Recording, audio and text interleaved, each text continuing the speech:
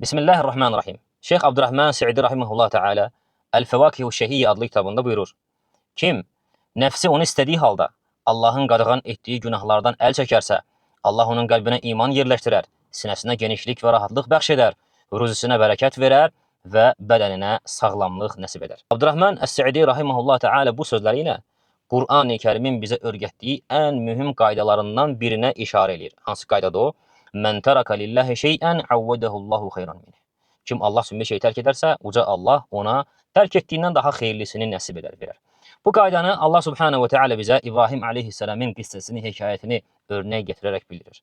İbrahim aleyhisselam nə zaman tevhid dəvətini hər şeydən üstün tutdu, atasından, diyarından, malından, mülkündən, vətənindən, hər şeyini tevhidə görə tərk elədi, getdi. Allah Subhanahu ve Teala ona tərk etdiyindən daha xeyirlisini verdi.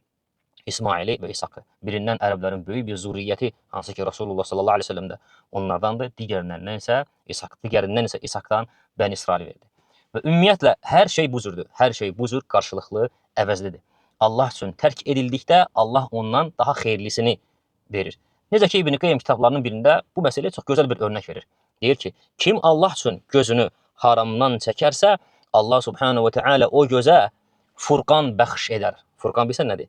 Yəni Allah o gözə haqqı batildən ayrı etmə qabiliyyəti verər. Ona görə istəyirsən bu gözlərlə haqqı batildən ayrı edə biləsən, gözü haramdan çəkəcəksən.